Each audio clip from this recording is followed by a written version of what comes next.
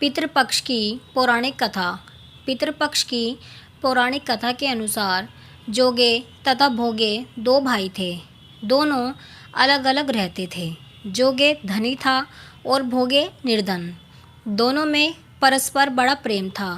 जोगे की पत्नी को धन का अभिमान था, किंतु भोगे की पत्नी बड़ी सरल हृदय की थी।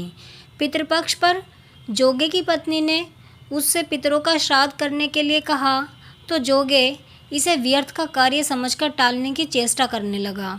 किंतु उसकी पत्नी समझती थी कि यदि ऐसा नहीं करेंगे तो लोग बातें बनाएंगे। फिर उसे अपने मायके वालों को दावत पर बुलाने और अपनी शान दिखाने का यह उचित अवसर लगा।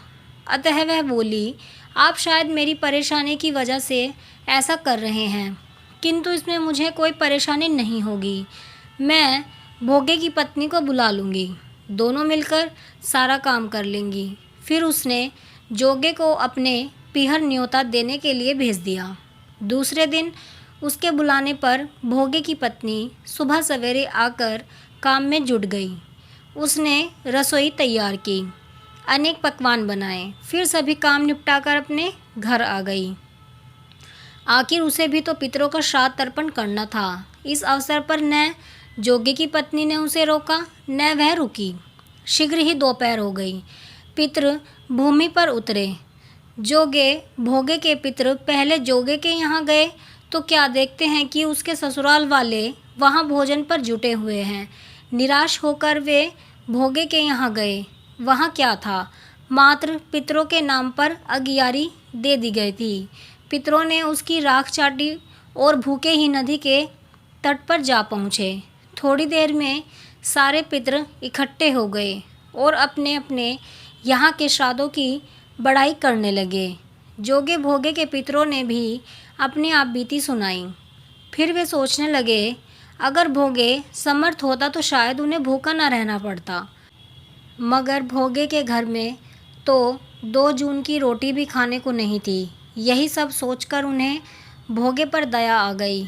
अचानक वे नाच नाच कर गाने लगे, भोगे के घर धन हो जाए, भोगे के घर धन हो जाए। सांझ होने को हुई। भोगे के बच्चों को कुछ भी खाने को नहीं मिला था। उन्होंने माँ से कहा, भूख लगी है। तब उन्हें टालने की गरज से भोगे की पत्नी ने कहा, जाओ, आंगन में होदी औंधी रखी है, उसे जाकर खोल लो और जो कुछ मिले बांट कर खा लेना। बच्चे वहाँ पहुँचे तो क्या देखते हैं कि होदी औंधी रखी है, उसे जाकर खोल लो और जो कुछ मिले बांट कर खा लेना।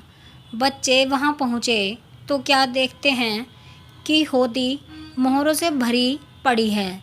वे दौड़े दौड़े माँ के पास पहुँचे और उसे सारी बातें बताईं।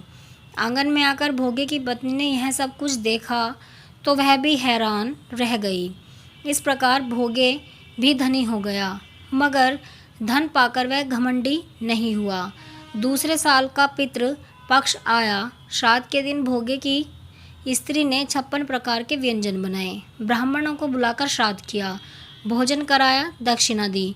जेठ जेठानी को सोने चांदी के बर्तनों में भोजन कराया। इससे पितृ बड़े प्रसन्न तथा तृप्त हुए। आप कमेंट में ज़रूर बताएं कि आपको ये कहानी कैसी लगी है। अगर आपको कहानी पसंद आई है तो वीडियो को लाइक करें, शेयर करें और चैनल को सब्सक्राइब करें ऐसी ही कहानियों के लिए।